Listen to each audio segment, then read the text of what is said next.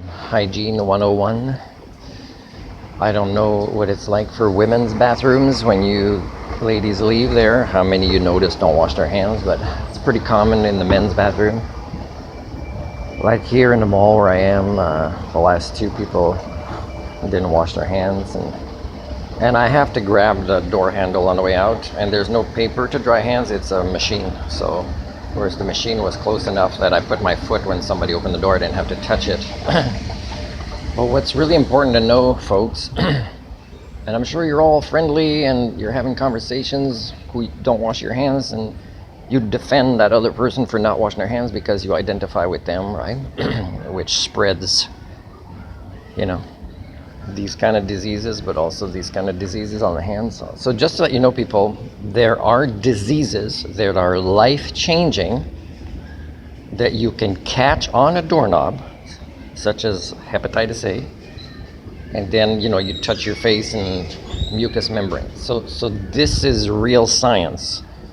And because we live in a proposed society that makes very little effort, and it's everywhere. Like I've had to ask Japanese nurses to wash their hands. So it's not something that we've mastered as a basic thing to understand the concept of what we can't see with our eyes, like little microbes, and how it can have negative impact on us and others, because that requires like a human society that cares about its own kind. And again, we don't have this. I mean, you can see it very often more in other species who care about their own kind more, even though they don't have a genetic family link to them. They're just kind of their own species, and they'll protect each other in various ways.